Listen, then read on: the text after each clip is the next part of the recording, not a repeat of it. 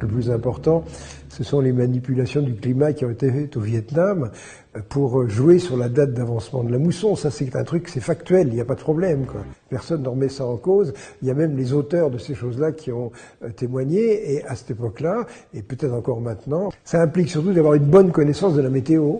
Et à partir du moment où on connaît bien les mécanismes météorologiques, bien on agit en mettant des substances qui gênent l'apport d'énergie du soleil dans les couches atmosphériques. Et à ce moment-là, on crée des déséquilibres, on crée des inondations, etc. On fait ce qu'on veut, c'est tout.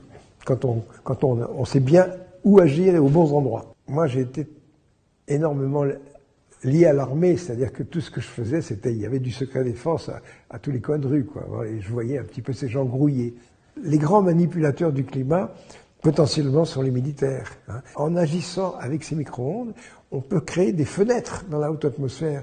Et c'est là que la clé, disons, l'arme météorologique, ça consiste, dans une région du globe, à créer une région chaude et une région froide.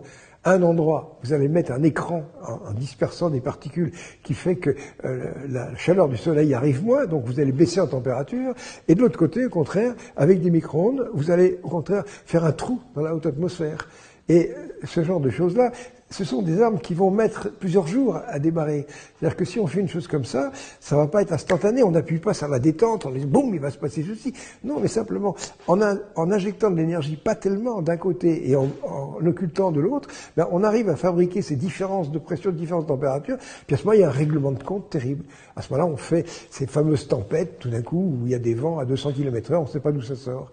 Et ça, on est capable de faire ça. Et ça, c'est expérimenté, à mon avis, c'est une certitude.